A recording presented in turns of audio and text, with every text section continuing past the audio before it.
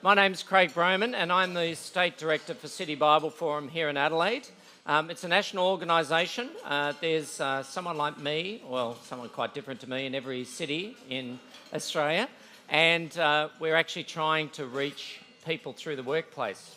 And it falls on me tonight to interview Leigh, which is a great privilege. And Leigh and I have spent the day together today. We went to Channel 9 and spent time with some of the media guys there, which when Brenton Raglas comes in soon from the news, please make sure you make him welcome. And we had a great time talking to those guys there about what it means to be a Christian in the workplace. So would you please welcome Leigh up tonight for the first part of our interviews. I feel like... Thanks, mate. They're very up and down. Hello, those. Everyone. It's great to be back in Adelaide. You look like you're straddling a horse. Yeehaw. Leigh, it is great to have you back in Adelaide. Thanks, mate. When Brendan comes in, just ask him why he's late. We try to make it discreet so he could just slip in on the table on the side. No, he won't. For people who don't know you, Leigh, can you tell us a little bit about your family? I know we've got some slides and things that you've sent us. So, this is my mob. That's Meredith on the left, me, Tristan, our oldest, then comes Amy, then Sophie and Joanna. I don't really think it's good to define people by what they do. It's what they are that counts, but for the sake of brevity, Tristan runs a 24-hour call centre for Hammond Care in Sydney. Amy is a stay-at-home mum on the Central Coast, where that was taken. Sophie is a nurse at Royal Prince Alfred Hospital in the colorectal department. And the dad joke is you start from the bottom and work up in your career. Sorry. I'm sorry if you're eating dinner. And Joanna is a journo at ABC 24. Meredith and I went to the same kindergarten class. Oh. They always say that. Where was that? That was in Sydney in 1960. We didn't go out from then. We just know that we had the same teacher, and we've been married this year for 39 years. Wow, congratulations. Yeah. Thank you. It's some achievement, isn't it? Well, I was just thinking about the profession you're in. Yeah. There are a lot of marriages burnt. If not burnt up, burnt. But it's been... Okay, and the other ones here? Now, these are my 4 wonderful grandsons. Reuben on the right here with his mate, the fish. We're all great fishermen. Then Xavier and Reuben's 2 brothers, Nathan and Daniel. They are some of the greatest loves of my life. I said to them recently, I'm never happier than when I'm with you. It's wonderful. I did take some time to get used to being a grandfather for the first time when Reuben was born, because I thought, I was only 27 just a couple of years ago. Where has this come from? But now 4 grandsons, I'm just so pleased. Yep. So that's my mob. All right. Can you tell us a little bit about, for people who don't know you that well, how you became a Christian? How did that happen? Okay. It happened when I was in my late teenagerhood. I think we have a picture of that. This was the 70s. It was the 70s. It felt good at the time. Have you still got that tie? No, I have actually got that tie. It'll come back. It's back. It's back, but it's about to go out again. In the 60s, if you're a parent, it was the right thing to send your kid to Sunday school, okay? Neither of my parents were or ever were Christian, but it was the right thing to send your kid to Sunday school, so we just dutifully went on. When I started to become a teenager, I started to increasingly think, this is just the biggest waste of my time. I'm kind of over this. I've heard it all over and over again, and became a bit of a rebel, but was still made to go to Sunday school and youth group and all the rest of it. And then at about this time in my life, one of my uncles died very suddenly. He died of cancer. And none of us had known in our family, as kids, that he was sick. Like, you don't usually die suddenly of cancer. We used to see them all the time. And suddenly he was gone. And in my family, they neither said anything before or after. It was kind of, don't mention the war. And it struck me then, that was the big turning point for me, that the only place where the big questions that were swirling around my head about life and death and what's it all about, the only place where they were being dealt with at all, dealt with honestly, openly, and even hopefully, was within the Christian faith. I think for most people who are Christian, as with me, it's a journey. There are people who have the kind of lightning bolt conversion experience and that's it. Life's turned around immediately and suddenly. For me, it was a journey, but that was definitely the start of me being very serious about it. Yeah. Let's move on to media and that whole... When did that love affair start for you? It started very early, actually. If you have a look at this slide, you might think that's very early. That is actually me. My wife carried this photo around of me in her wallet for years and years. And if you look carefully, at 1 year old, I'm reading the paper there, getting ready for a life in communication. But if you look carefully, you'll see that it's the comics, which might say more about me than I want you probably to know. So, yeah. Well, we have a photo here of you. Can we have the next one? Can you tell us a little bit about this one at 2GB? Yeah. This is the newsroom at 2GB. No, I'm not actually in that. You're not in? I'm definitely not the woman sitting down at the typewriter. Well, it is hard to tell whether it's male or female. Yeah, that's right. It was also the 70s. I was the world's worst student. If you're a teacher, I'm really sorry. All I wanted to know about were the musicals, the plays, the dramas, the bands, the brass band, the jazz band, the garage band. I was set to be kind of, a rock star in my own lunchtime. My parents wisely kind of directed me more towards kind of conventional media. I finished my HSC on the Friday, and on the Monday started at 2GB in Sydney as an office boy. I walked into, in doing my deliveries on the first day, I walked up towards the newsroom at about 11:30 when they were getting ready for the big kind of blockbuster midday news. And I could hear this kind of increasing volume of what I can only say is buzz as I walked closer. And I remember, as if it was yesterday, standing at the door when, with all this buzz and excitement happening, they had a room full of old telex machines, they had those old clunky old phones ringing, tapes spooling, people yelling at each other, smoke haze, because they would smoke, not smoke for areas. And I was absolutely captivated. And it was literally love at first sight. And I'd had no desire to get into journalism, no real knowledge beyond watching the Channel 9 news with my parents each night. And that was the start of it. It was love at first sight. Why was it a love affair? Just all the buzz? Yeah, I thought, this seems really good. And I think it's kind of suited my personality. I think I'm a curious mixture of a quiet person, but who's an enthusiast. So that brought out the enthusiasm in me. Yeah. So you got a cadetship. Yes. And you had a news editor who gave you a great piece of advice. Yes. Why was that? Why was it a great piece of advice? It's the guy sitting up the top of the table there, Colin Humphreys, who is the editor. On the first day as a cadet, we walked to Town Hall Station in Sydney together at the end of the day. And I said to him, I don't know why, but I said, have you got any advice for someone on their first day? And he said two words that I'll never forget, and I've passed on to countless numbers of journos. Never panic. And it's the best piece of advice that anybody, I think, in life generally can have, but especially in this crazy business, never panic. I've known lots of panickers in the business of news. They are absolutely useless, because you have lots of kind of crises in this business, and the last thing you want in the midst of one of those are people losing their heads. So never panic.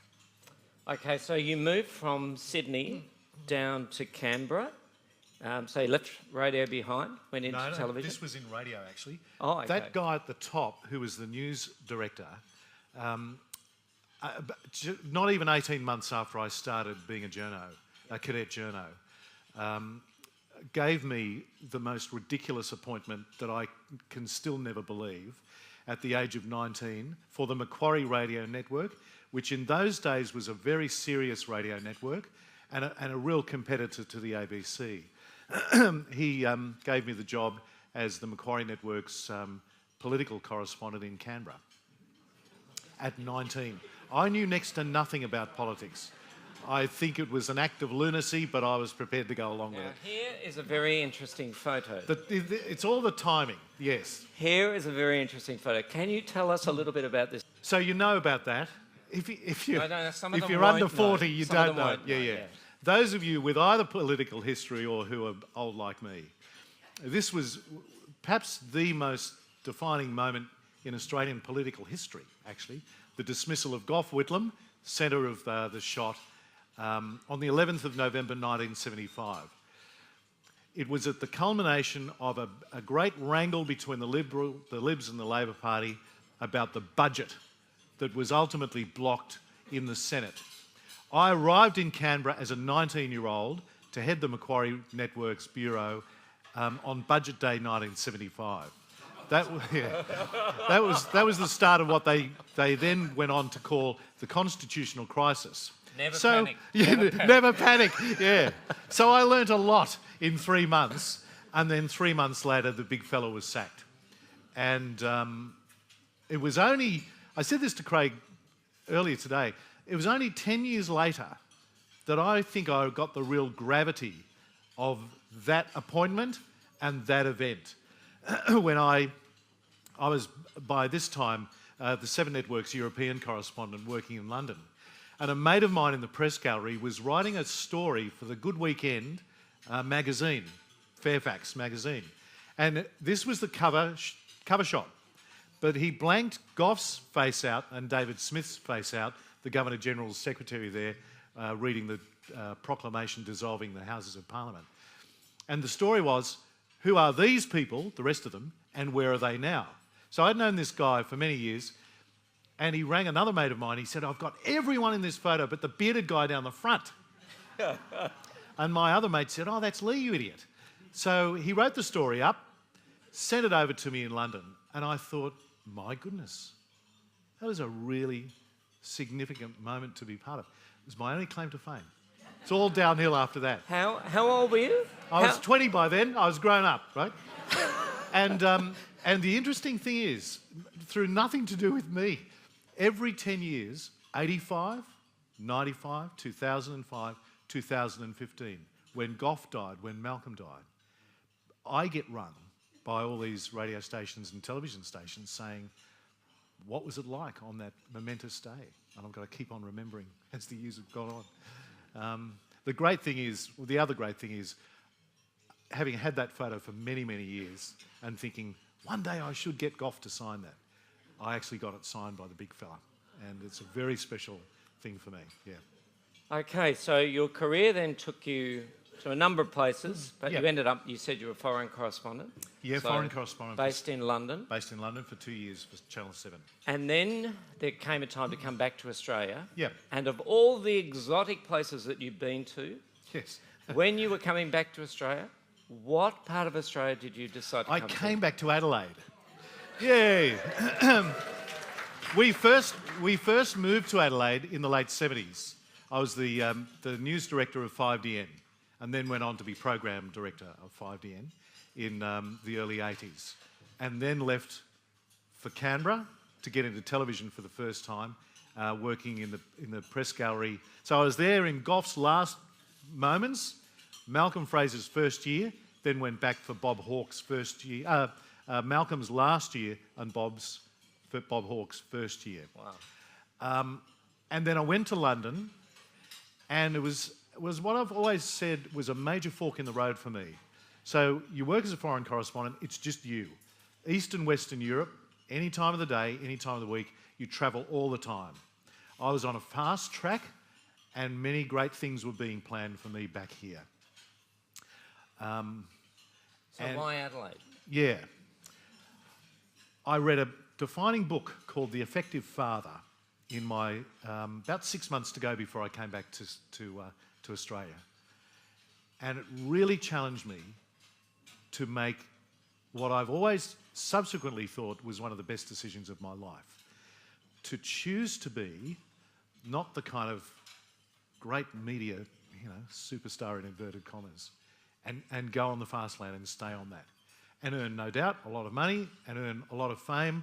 There was one path being laid for me, which ironically now I look back and I think, oh, that's interesting. I could have been a 60 Minutes reporter, but I think, well, what would that count for? And this... Well, you could be in jail. Yeah, it could be. Yeah. And this book challenged me about being a relevant husband and father. So I much to my news director's very great frustration and many debates and arguments, over the phone internationally, I chose to come back here and have a life that was contained and manageable, and I could be a relevant husband and father. I was the creche for my wife's Bible study on Monday morning at Holy Trinity, where we went to church. Oh, okay. It was, and I'm not a perfect father, I was my children, but we have great relationships with our kids. The interesting thing is that I ended up going back to Channel 7 about 3 years later. And I sat in my news director's office pretty soon after I arrived there, and we're talking about life. And he said, and he was right, he said, I've had a lot of job opportunities, I've had a lot of power, I've done some very significant things to shape Australia's media. I've earned a lot of money, but I have no relationship with my 21-year-old son. And I thought, and I still think, you poor man, what a loss. Because those kids are around much longer than, when the media chews you up and spits you out. So, yeah. Well, we're happy with you being an ambassador to get people to come here to work. Oh, yeah, we love and continue to love Adelaide. One of my best mates is a wheat sheep farmer in the mid-north of South Australia. And we actually took all of our kids. We used to go there every couple of years as a family. Last year we took all our kids and our grandkids. It was a major logistical kind of move. Everyone went there for the whole week, and it was utterly delightful, introducing a new generation to Orroroo. Okay. Yeah. Now we've got a few fans of Orroroo here tonight. Welcome, Brenton. And why were you late? Sorry.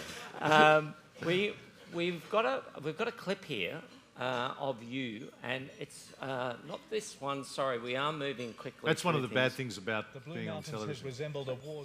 Yeah. Oh, sorry. Do you want to speak about this first? This is another one of those defining moments in your life. Really bad bushfires in 1994, January 1994. We went up to the Blue Mountains on the last day of the bushfires, and nothing was happening during the day. We just waited. We knew that this huge fire front was coming down the Gross Valley in the Blue Mountains, and it was heading towards us. But all we could do was wait till about 4:30 in the afternoon, when some of the Rural Fire Service crews started mobilising and rushing down to a place called Winmalee. So we followed them and went down to this kind of gully, and on the ridge over the gully you could see this monster consuming trees 70 metres tall with another 70 metres of flame in. It was just absolutely awesome, and it was coming down towards us. So as the kind of on-the-spot television reporter, I did a stand-up, the 15 seconds where the reporter speaks to the camera with the action in the background. Then it came closer, I did another stand-up, and came closer, I did another stand-up, and I said, well, let's send that tape off to the truck, and we'll follow these guys. And if you roll the tape now, we walked into what was quite literally hell on earth. I lost the crew within seconds once we got out of the car. I went out, caught my breath, and I thought, I cannot leave them in there. I went back in. People here today who've compared this thing here, this monster, with a bushfire that raged through the Blue Mountains in 1968. The weather conditions have been changing all day, sometimes very still. Sometimes the wind has been wild. It's wild now. This sounds like a steam train roaring down the hill. It is finally hit. So I went in with the crew, lost them in a couple of seconds, and I have come close to losing my life a couple of times in my job, never closer than this. I thought I was going to die from asphyxiation. So I ran out, and I thought, I cannot leave them in there. So I caught my breath, ran back in, screaming. This whole kind of fury was erupting around us. The noise was unbelievable. So I'm screaming out, and all of a sudden I start hearing their screams back. So I get to them and I say, we're out of here. No job is worth our lives. This is so dangerous. So I said, we're out. And I started leading the way, and the camera crew ran out behind me. And all of a sudden I hear the cameraman from behind me saying, I'm rolling, do the stand-up again. So I thought, oh, okay. And that's what you saw then. So. Yeah, you can see, you can, much to not so much your advice of your news editor there, you can hear the panic. Oh yeah, yeah. In your voice. We were quite literally running for our lives. We ended up getting locked up in a police paddy wagon for about half an hour in kind of protective custody about half an hour later. So it was quite a day. Now, you worked out some goals for your life after that event. Yeah. A couple of days later, I started 2 weeks holiday. And I found myself with another book called In Pursuit of Excellence, a Christian book. And there was a chapter on setting goals. And I've never been a goal person. And I thought, oh, that'd be a good idea. Where should I set goals for myself? Now, at the time, because of my silly job, I was being invited to do talks at church events, right? Christian in the media, contradiction in terms. What's it like? And I felt utterly ill-equipped for it. I was good at 1 minute 10 television stories. I had no idea how to write a talk, how to kind of go about structuring it, let alone delivering it. You might be surprised at this, but this is the truth. I found for many years it to be an utterly traumatic experience. That's a whole nother story. And I thought, I need some help in learning how to prepare a talk. I need some help in having a better command of the Bible, if I'm going to be speaking about it. And from I can only say, from God came this inspired thought of, and maybe I'll do a year of theological study. I'll take a year off work and study theology full time. Got up, that was about a minute, or less than a minute. Got up and got on with my life. And I was Olympic correspondent for Channel 7. This was 1994. The Atlanta Olympics, which I was going to, was 1996, and I thought 97 might be a good year to do that. And so we prayed and planned and saved and did that. I walked away from full-time work and grew my hair and became a theological student. I absolutely, utterly loved it. It was a great year. You should have seen my news director's face when I said to him, I want leave without pay for a year. Wouldn't mind keeping the car. And he said, what are you going to do? I said, I'm going to go to a Bible college and study the Bible. He said, you what? But I did, and it was great. Now, we have your book for sale tonight for $20, shameless plug. And the reason we've got that is because it tells the whole story of what we can't cover tonight, which is when the chronic fatigue hit. So that was a year after you went to Bible college. Yeah, it's interesting. I was back at work 2 months on the back of this intoxicating year in the books of learning about God in my head, and I got sick with a virus, an everyday virus, that triggered 2.25 years in the midst of chronic fatigue syndrome. Lost my job, lost a lot, but gained immeasurably in my understanding of God, in the depth of my faith, in the reality of God. I think notwithstanding the fact that I've been a Christian from my late teenagerhood, I think it was the first time I actually understood what it was to have a relationship with God. And, okay, yeah. we'll come back to that in sure. the next bit. That's where we'll take it up.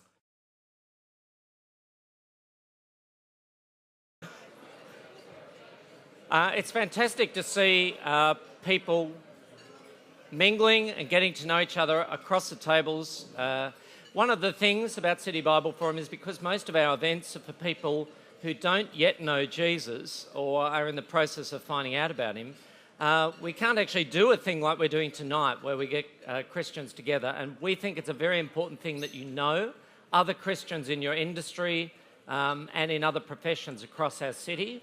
It's a great network, and it's not one that's easily known through your church. So please keep getting to know each other, but if you are still standing and talking to someone, if you could take a seat now, we can keep going with the interview. We're going to interrupt you. And for the bidding will close shortly. So if you haven't made a bid, I suppose I'm saying get up and interrupt us and go up for your last option. Okay, now Leigh, we left it before where you had chronic fatigue for 2 years. You were terminated from your job at Channel 7. So what I want to ask you now is, as a Christian, you said you got a lot deeper understanding of what it meant to be a Christian through that experience. Yep. Where was the Bible helpful, if any, at that point? I had the opportunity for 2 years to read the Bible in its own framework,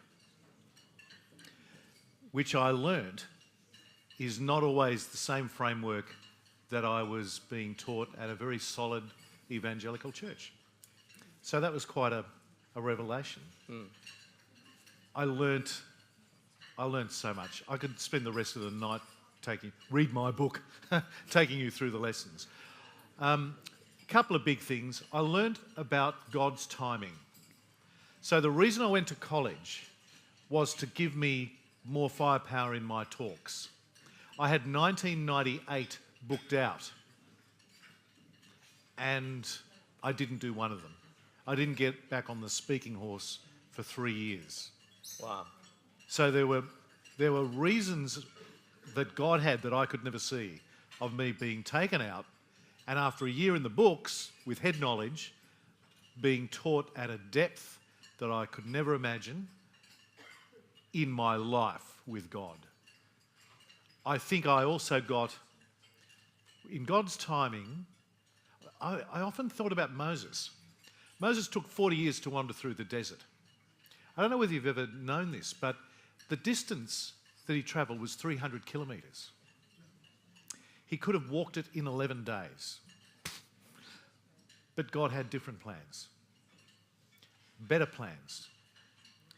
And I think beyond what the immeasurable lessons that I learned about the Bible, the truth, historical reality of Jesus, I got sorted out who was God and who was not. So before, as a useful person on the evangelistic speaker circuit, I would have thought, God and I are pretty good equal partners in the joint endeavour of my life. And I got that sorted out by being brought into, in human terms, a position of utter uselessness from great usefulness. And I mean, as I said, many lessons, many good lessons, though tough. Any parts of the Bible that were particularly helpful? Countless numbers. I'll give you one snapshot. In a letter that somebody had written to me in my first year of illness, they quoted Isaiah 55 verse 8. It goes something like,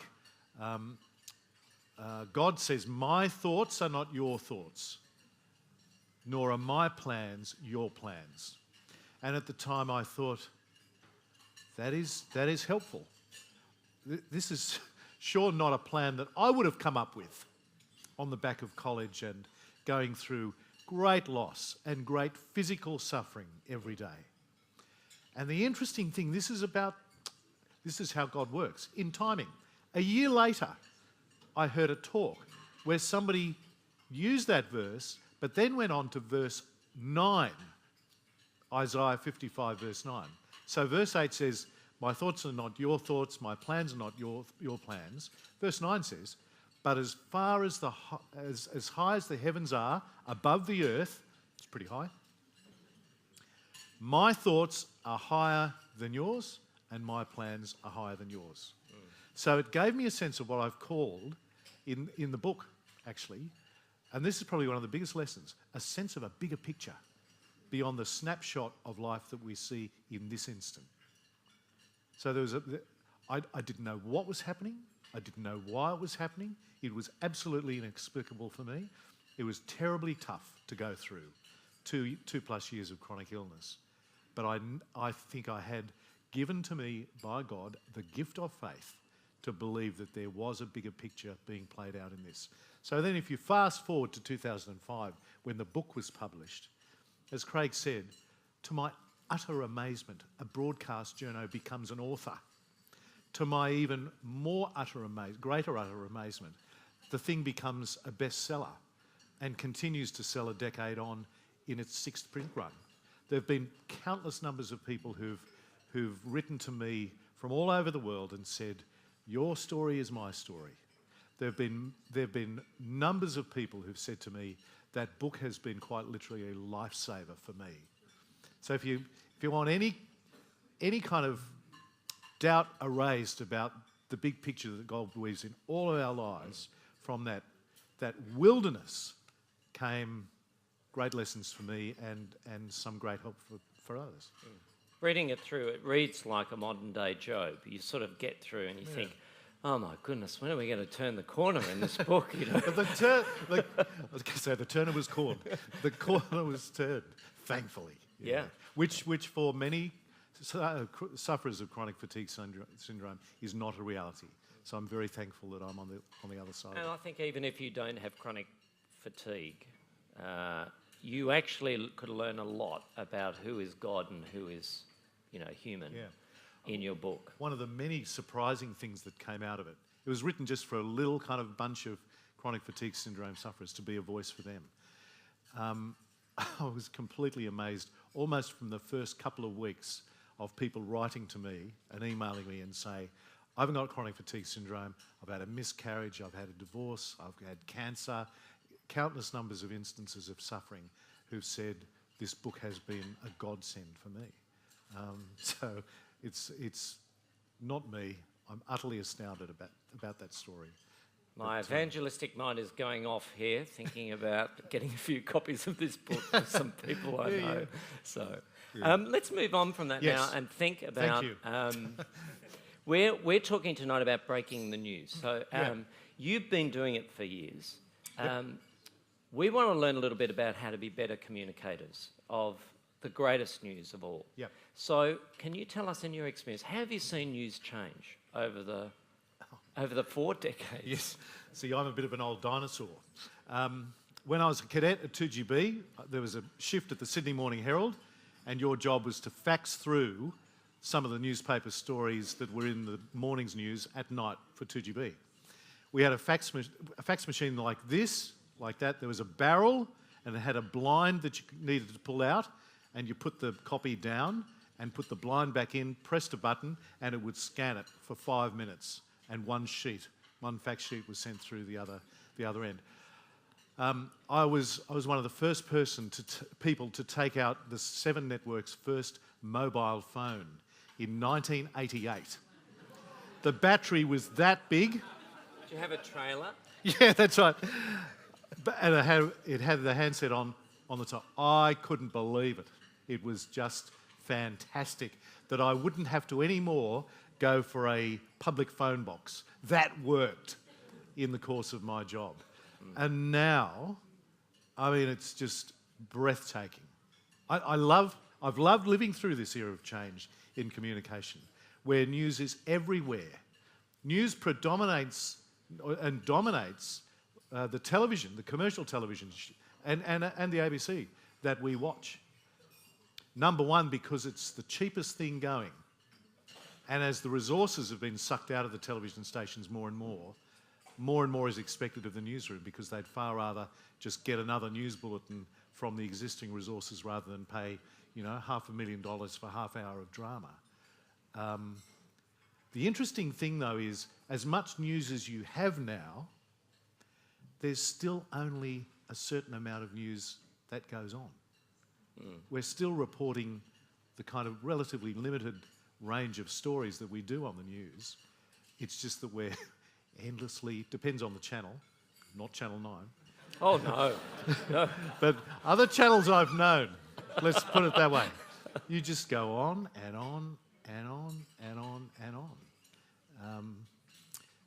Okay, so revolutionised. So change in format and Yeah, media, but still we're dealing with news. So what do you think hinders Christians these days from sharing the good news? Because it feels like it's getting hostile. Oh yeah, there's an extent to which it's always been pretty hostile, although I've never adopted, and I think it's really unhelpful to do this, a sense of a siege mentality, that it's me against the rest of the world. For if you adopt that mindset, guess what? That's going to be what's happening. I think people are afraid. I think that there is a real crisis of credibility in the church at large.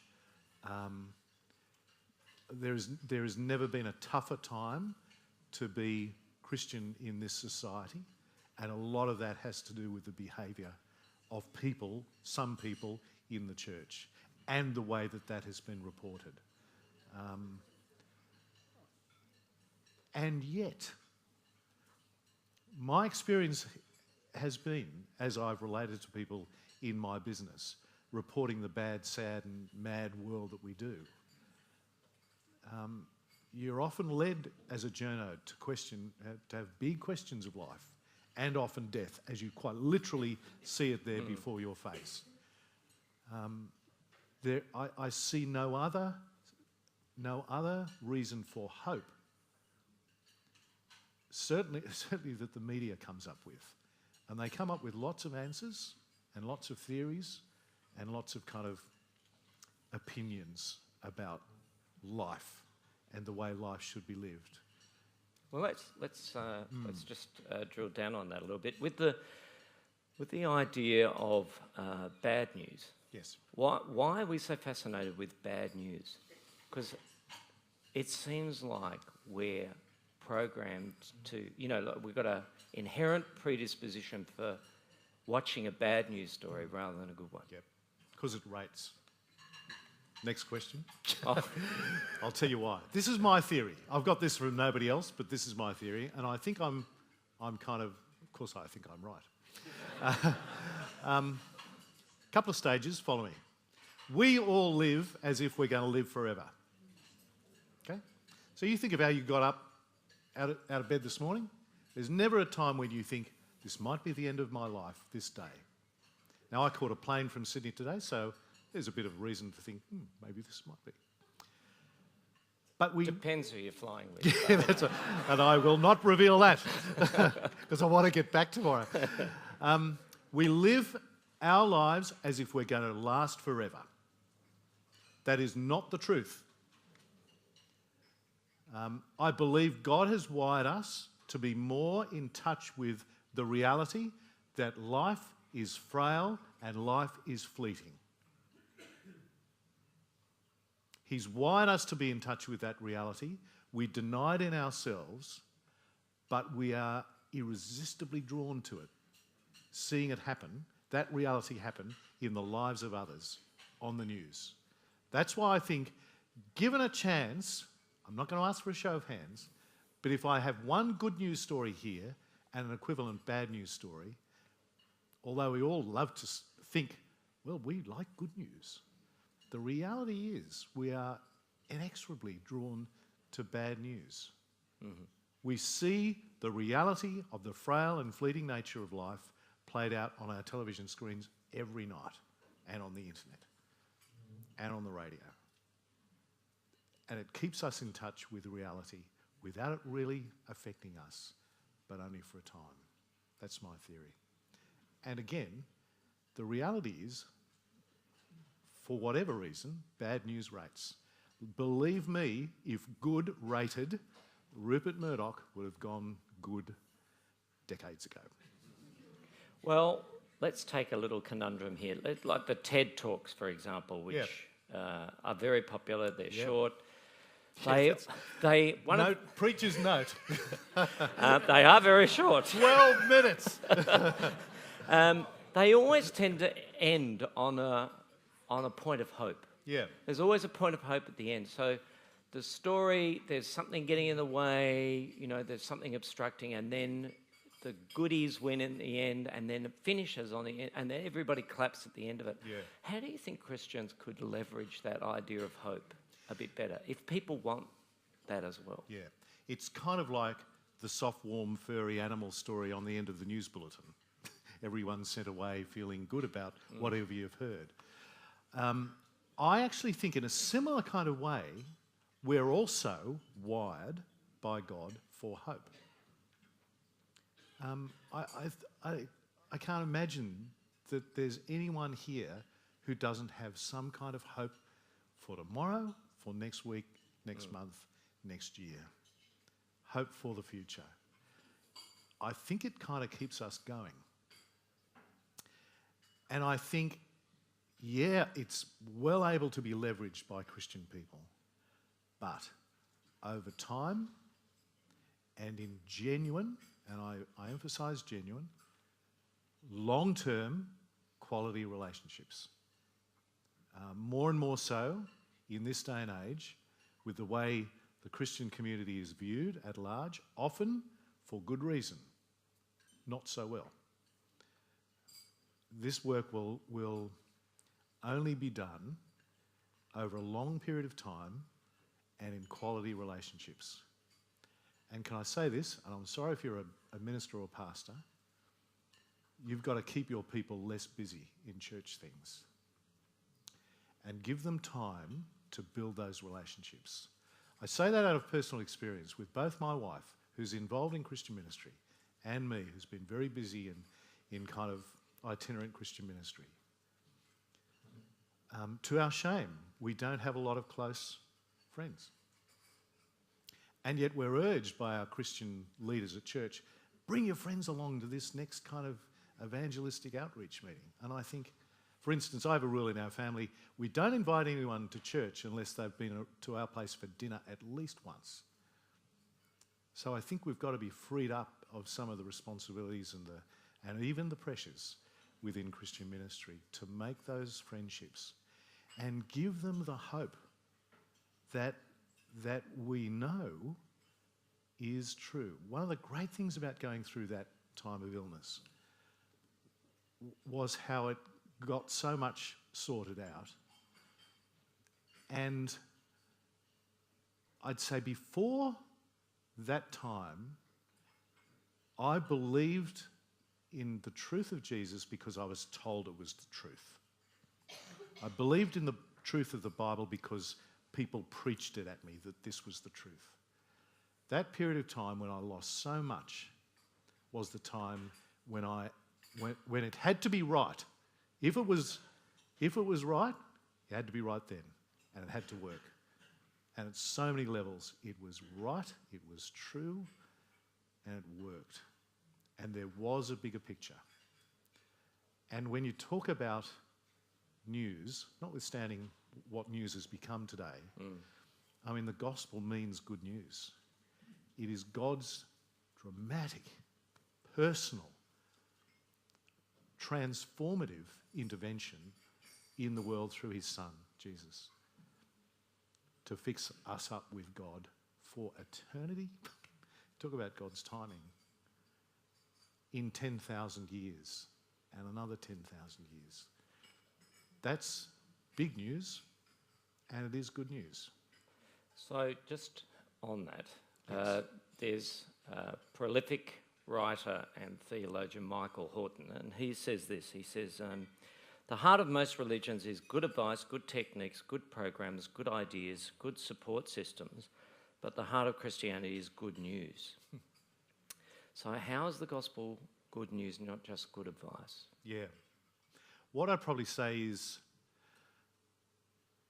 religion that is good has those good things. So I'm not saying that we can't have that. But it's got to actually mean something personally, and it's got to be real, and it's got to be right. Now, one of the things I've felt compelled to do as a journo is not just sit there and be preached at or taught that this is the truth and the Bible says this, so this is what you should do.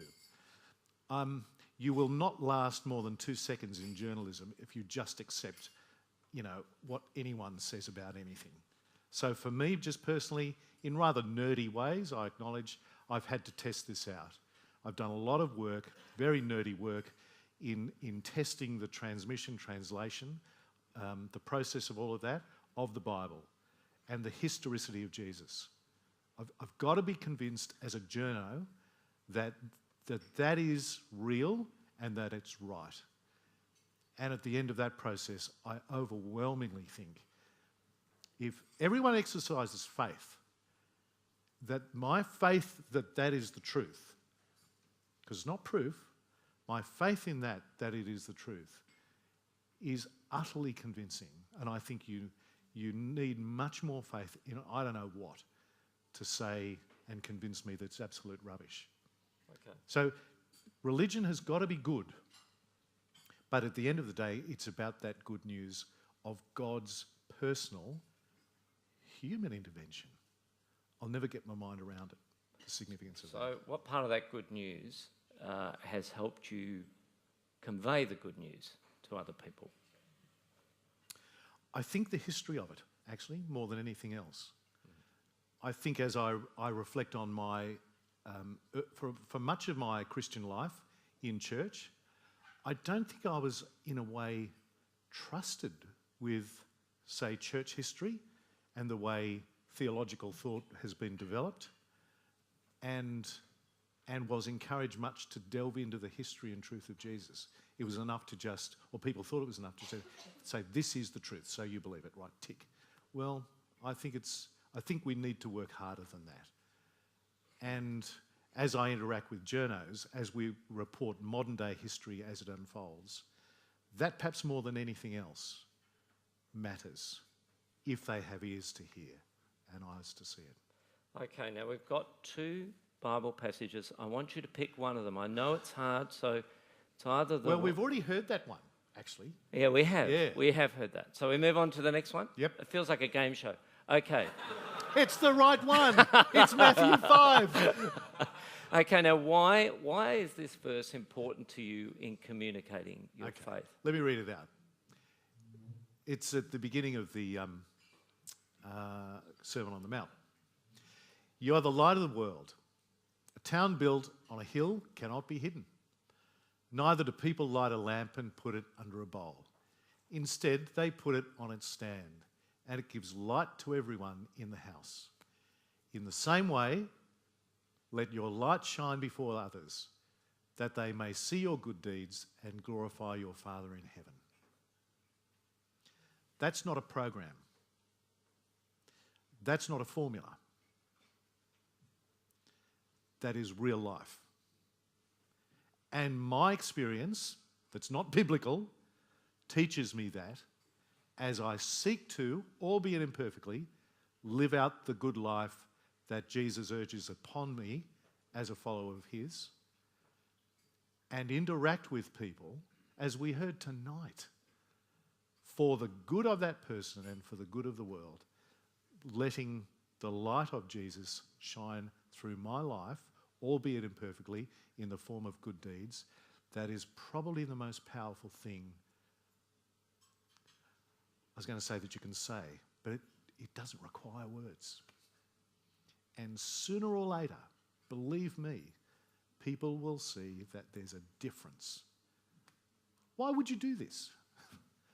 When the rest of the world is so enamored with itself. We live in such an individualistic, self-centered and selfish world. To actually do good stuff for others and for the world is really different, and it's really good.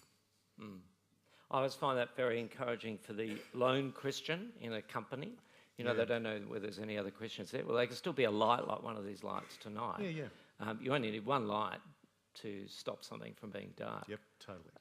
But you don't have to have, the whole thing in broad, It's not daylight we're talking about here. It's nighttime with lights. Yep. And that's how we live in that world. Yep. If your news editor gave you a great tip, never panic. Yes. What would you give to these budding communicators here? What's your tip for them? Another 2 words. Live love. Okay, can you... That's it. It's Jesus' new command. You want the test of Christian credibility? It is love one another as I have loved you. By this, all people will know that you are my disciples if you love one another. It's tied heavily to that. It's again not a program. It's not cold. It's not a formula. It actually comes from the heart. It's got to be real. You can't fake this. It's got to be real. It's got to be done over time. And it's costly. I don't think you can do it with a lot of people. If you imagine great myriad numbers of conversions in your life, I don't think it works, especially in this day and age with a lot of people. But it can work, and it does work powerfully, living a life of love. If you take that as the foundation of your life and whatever activity that you have been given by God, you'll be truly godly, you'll be doing what Jesus said to do, and you'll be doing something incredibly pragmatic. That is good for the world. Well, thank you, Leigh, for speaking to us tonight. It's pretty clear, I mean, I didn't meet you before the chronic fatigue, but it's pretty clear that the chronic fatigue has definitely... Thank the Lord for that. Yes. ...worked its way through you and made you a very authentic person. I'm not perfect, mate. No, I said authentic. So. Yeah, that's right. And that certainly is something that we can be charged to be as Christians. It's the same that we present on Sunday as we are during the week to people around us. We did have, I know you're a fisherman or a budding fisherman, and we did have a fish to give you tonight, but I left it. I ate it. No, It was nice fish too. It was actually a Haig's Murray cod. So you couldn't have put that one on the barbecue, but we hoped to give it to you, so I'll just have to post it now. I'm sorry about that. Oh, yeah. And that's good the way Australia Post works. It might take a week to get there. That'll be good. Don't forget, please, Leigh's got his book there if you'd like to buy it tonight and maybe give it to a friend, give it to someone. It is really helpful. I enjoyed reading it for a second time just over the last few weeks in preparation for meeting with Leigh. Yeah, and that's right. Yeah. Leigh is willing to sign it tonight. Who knows what it'll be worth in another 20 years? Okay, I'll hand it back to Thanks, Nick. Thanks very much. Thank you, Dave.